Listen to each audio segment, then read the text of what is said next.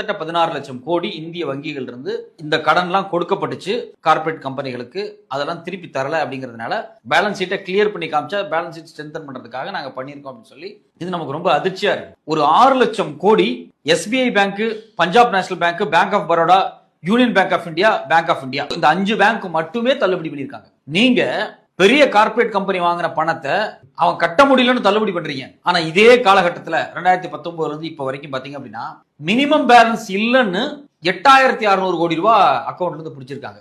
என் account முதல் கொண்டு minimum பேலன்ஸ்ல இருந்து பிடிக்கப்பட்டிருக்கு. நல்லா போய் ஸ்க்ரூட்டனைஸ் பண்ணி பாத்தீங்க அப்படின்னா நம்ம கவனிக்க மாட்டோம். பெரும்பாலும் கவனிக்காமலேயே மினிமம் பேலன்ஸ் இல்லன்னு நம்ம பணம் பிடிக்கப்பட்டுக்கிட்டே இருக்கு.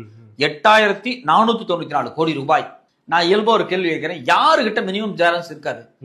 வேலைக்கு போறவங்க, நடுத்தர வர்க்கம், உழைக்கிற வர்க்கம், பாட்டாளி வர்க்கம், இவங்கள்ட்ட தான் அவங்களாலதான் மெயின்டைன் பண்ண முடியாது.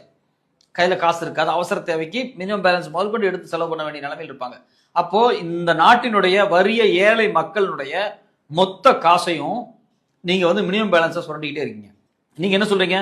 நாங்க அரசு திட்டம் கொண்டு வர்றோம், மத்திய அரசாங்க திட்டம் கொண்டு வர்றோம், இந்த திட்டத்து மூலியமா நாங்க மணி டிரான்ஸ்பர், அதாவது பினான்சியல் தான், நாங்க டிரான்ஸ்பர் பெனிஃபிட்ஸ் தான் வச்சிருக்கோம், நாங்க பணமா தான் போடுவோம் அப்படின்னு சொல்லி நீங்க என்ன பண்றீங்க?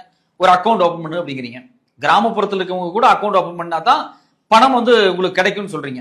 ஸோ அது ஒரு ஸ்ட்ரக்சரா நாங்கள் கொண்டு வரேன்னு சொல்றீங்க. ஓகே, ரைட்டு, அதை கூட ஏத்துக்கலாம். நீங்க ஸ்ட்ரக்சரா கொண்டு வரீங்க. எந்த தொகையா இருந்தாலும்